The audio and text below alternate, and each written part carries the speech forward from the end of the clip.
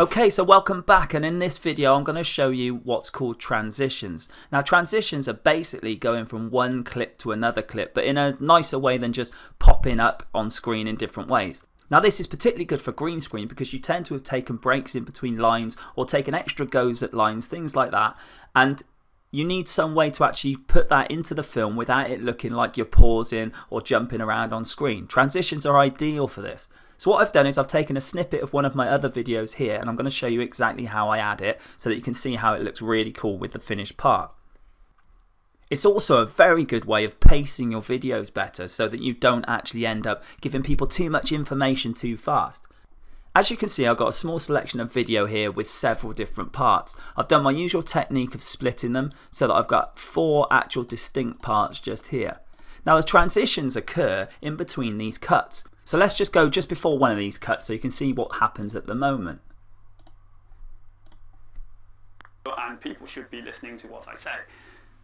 But that's a problem with that. People don't really like to be... Now you can see there's a bit of a jump there, okay, and that's fine, it's going to happen. You're not going to be in the same position whenever you do a cut like that. Now, but I'm going to show you how you can make that much nicer for the actual viewer.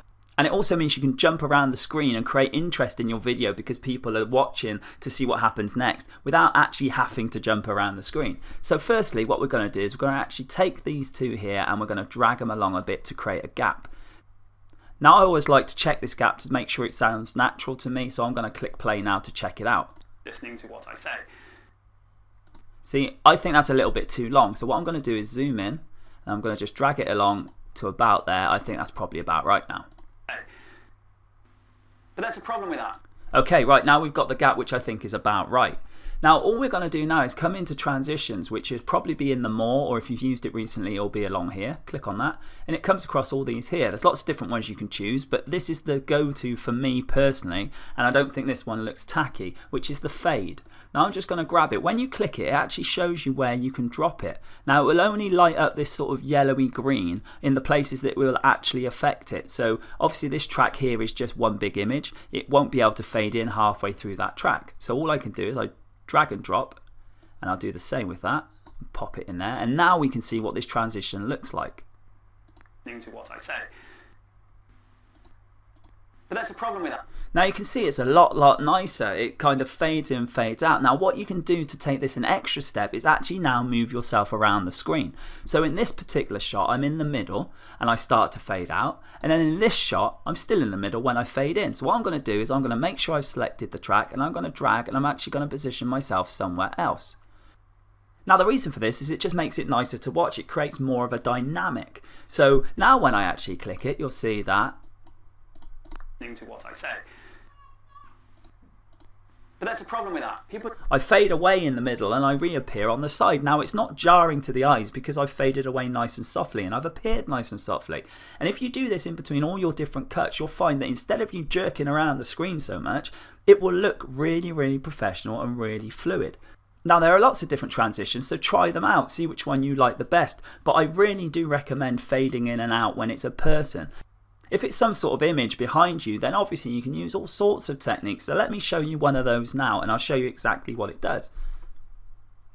Now I'm just going to come down here and I'm actually going to use the image we've got behind us. So I'm going to select this and I'm going to split it. I pressed S to split it as I do normally. Now the reason I've split it is because transitions can only occur at the beginning or the end of a particular piece. Now because that was one long piece, if I just zoom out you can see it was just one long piece. Now because of that, the only place that I could actually add a transition, if I click and hold, would have been at the two ends. Now because I've split it, I've now actually got the chance to put transition in between just here. So make sure that you remember you need to have a beginning and an end of something. It doesn't have to be the same thing, it could be two different images. I'm just using this as an example. Now what I'm going to do now is show you a couple of different techniques. On the track with me on it, I deliberately put a gap in the middle so that I could actually put the fade in and fade out, and it looks really professional. When it comes to a transition where you don't need that gap, you can actually leave them together like this, and if I zoom in again so we get a better view. And now when I grab one of these transitions, it will actually allow me to place it over the middle of it, which affects both at the same time. Now if I just click and drop this, and then go back slightly, you'll see what this does. To what I say. But that's a problem with that. very cool, and you can see it looks really good. But like with anything in video, don't go over the top with this, because too much will actually come out the other side of cool and it'll start looking awful. So just make sure you use stuff when you need it, not just for the sake of it. Using transitions is a great way to make this look really sharp and professional, and it also paces your video nicely and gives the eyes something to look at when you're just stood there teaching people. So go out and try this out yourself and find out what your own favourites are. These are my go-to ones, but you might have different ones. So just give it a go and have fun with it.